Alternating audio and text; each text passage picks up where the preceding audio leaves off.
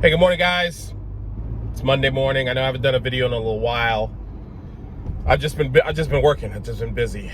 Working on my books, working on advertising and different things to kind of work on my treatment programs, and I'm just trying to do it. I'm just trying to constantly trying to improve things for me and my family.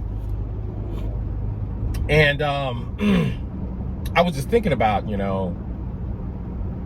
everything that's happened within the past, 18 months, man. Because we went through come on, 2020 was crazy. I don't know if you haven't realized that you obviously weren't living. You must have had a deserted island somewhere that you were camped out at, because the world just went and flipped itself upside down.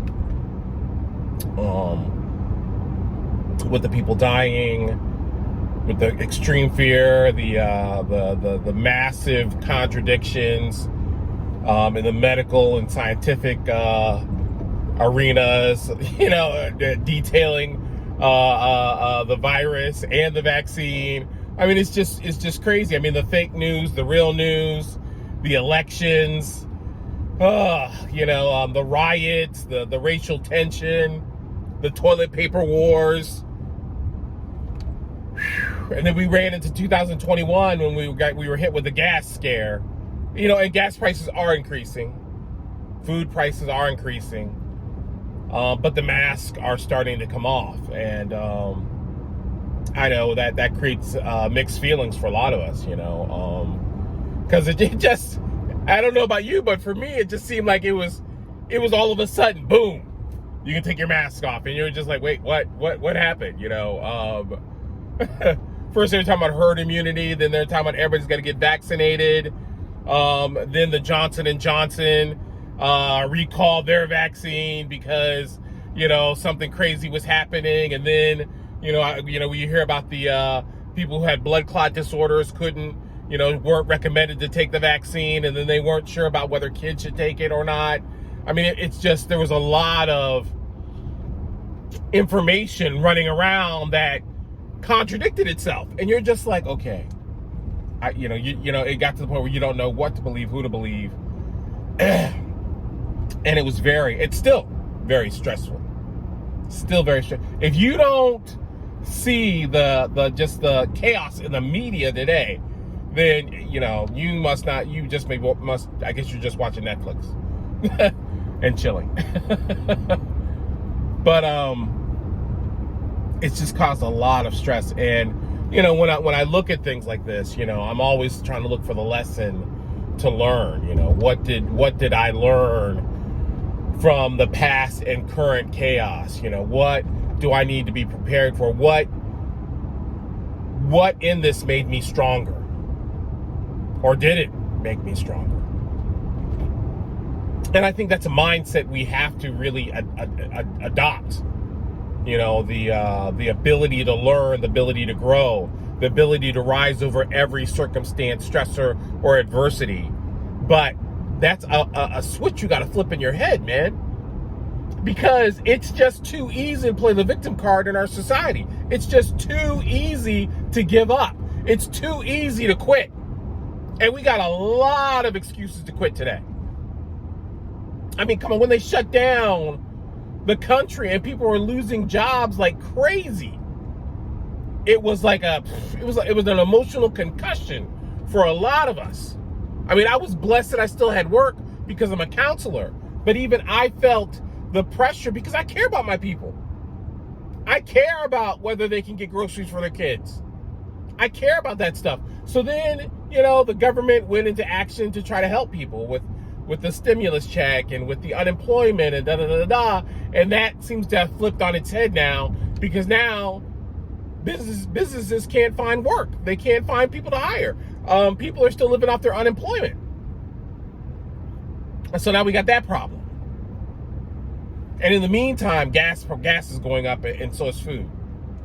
There was I was watching, I forget who I was watching, it might have been the Urban Prepper or whatever, but he was talking about water shortages And I was like, and I have different things on my algorithms on YouTube to watch and catch. It's just to learn. I got a lot of different learning things on there.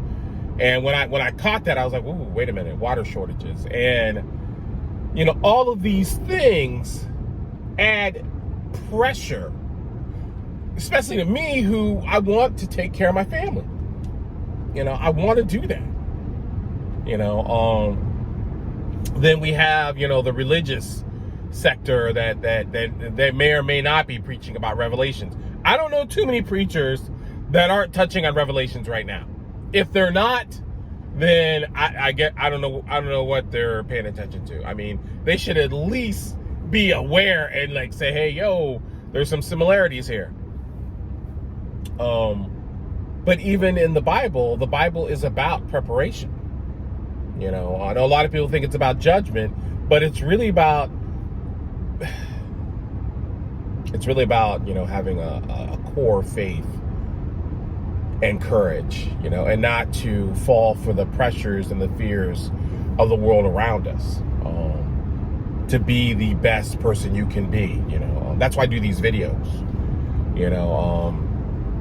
because I could very easily just, chill and sit home and mind my own business and deal with my own mess, and kind of isolate with just me and mine, and I see a lot of us doing that. And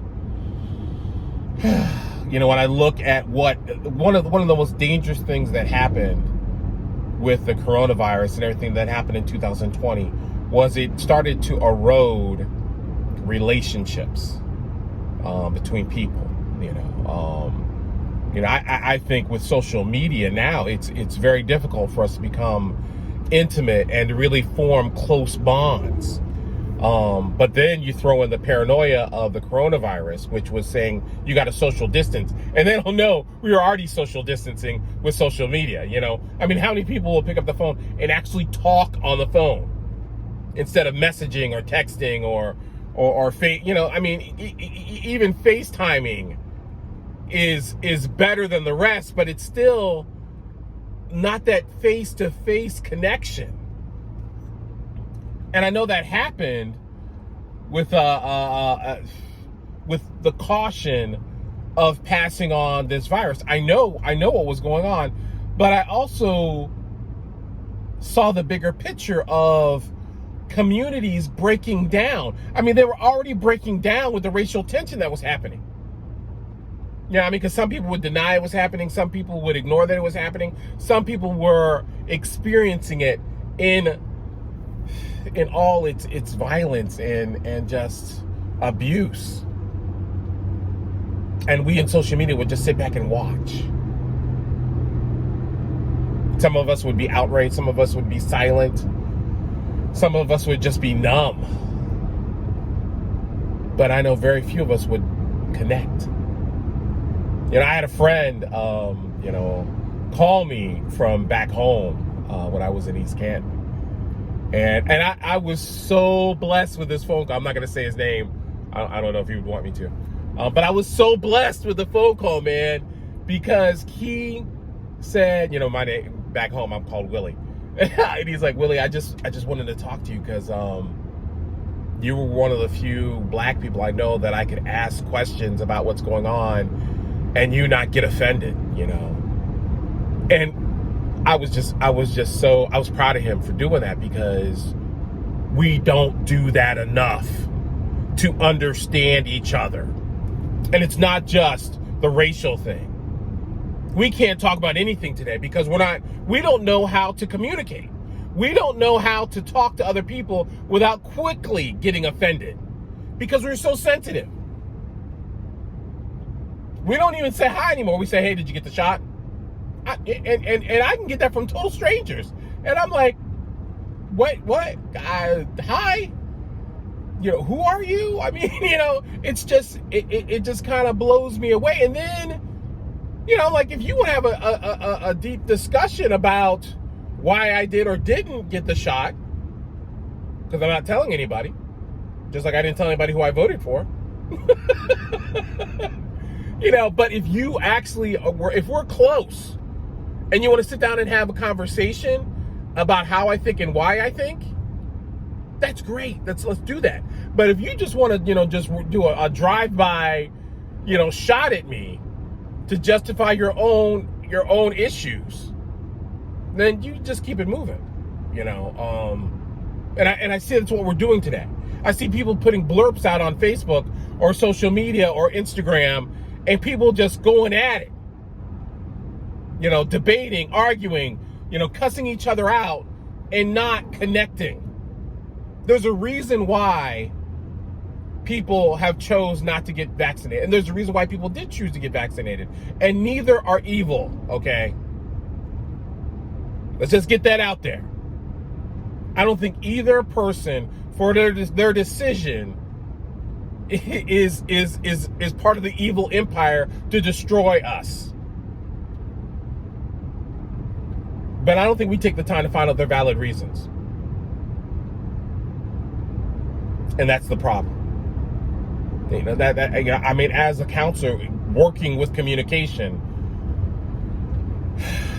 we don't know how to communicate still. And I'm worried about us because we're coming out of our mask. And part of the reason I didn't like I wore a mask, but I didn't like it. But part of the reason I didn't like the mask had nothing to do with the medical. But because I do communication for a living, to be able to hide your face and talk cuts off a good chunk of effective communication because I can't see your body language. We're still hiding. It's almost like, it almost felt like we were still on, I was one of those Facebook trolls hiding behind my fake profile, sniping people. We've gotten really good at hiding and isolating and separating.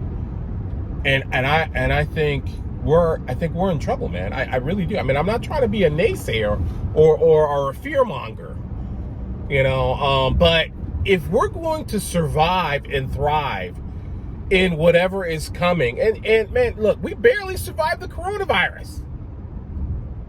Heaven forbid something worse comes down the pike. There were so many YouTubers talking about civil war and the dangers that are coming. And that would never even be a possibility if we knew how to connect better. So I guess I'm just encouraging us to reach out. Reach out. Sit down and have some coffee with somebody. Be brave enough to talk to somebody with a different opinion and not get offended. Have the courage to learn. So I guess that's my topic for today, guys. Love you guys. I know we haven't done a workout video on Sunday. Me and James have both been busy on Sunday these past couple Sundays, but I'm hoping we'll be able to get together this Sunday and work out. Just to continue to do topics on taking care of the temple. This house that we live in needs maintenance, and I really feel strongly about what we're doing on Sunday. Just to kind of give an example of better ways to cope. Okay, love you guys. Talk to you later. Peace.